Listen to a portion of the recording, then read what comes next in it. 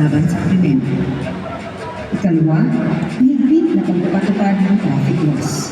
Mas papaigting ng checkpoint operations upang tiyakin ang lahat ng motorsiklo ay rehistrado at hindi ginagamit sa illegal na gawain. Pangatlo, pagpapalakas ng community engagement. Pagsasanay puwersa ng PNP at motorcycle clubs upang maging bahagi ng solusyon sa kriminalidad. Ang mga civilian riders ay magiging force multipliers sa pagbabantay ng seguridad.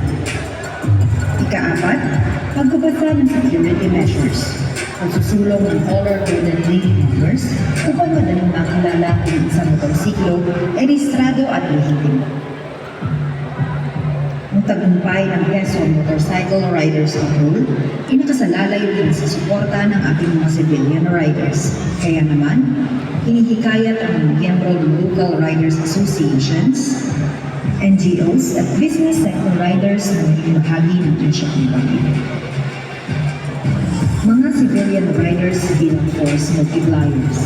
Upang maging epektibong katuwang sa pagpapanatili ng kalusan, kailangan tiyakin ang bawat miyembro ay may sapat na kakayahan at kwalifikasyon.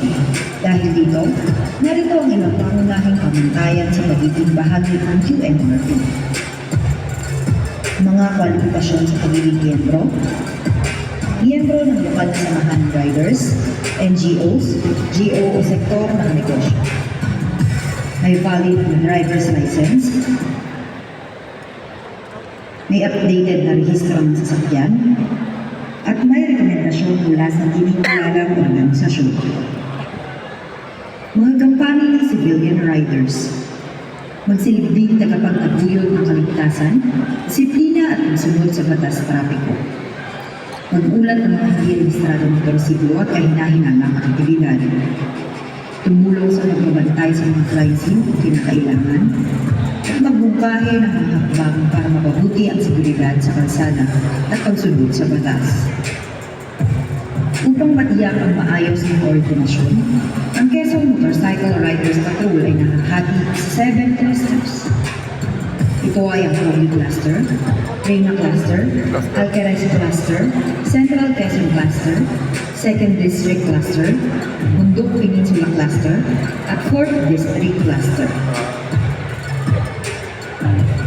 Ang inyong pakikiisa at dedikasyon ay isang malaking hakbang tungo sa pagpapatibay ng ating seguridad. Kaya naman, patuloy natin itaguyod ang responsableng pamumuhay, pagsunod sa batas at pagiging aktibong bahagi ng solusyon. Dahil sa bagong Pilipinas, ang gusto ng Quezon Police, ligtas ka. Ayan, natong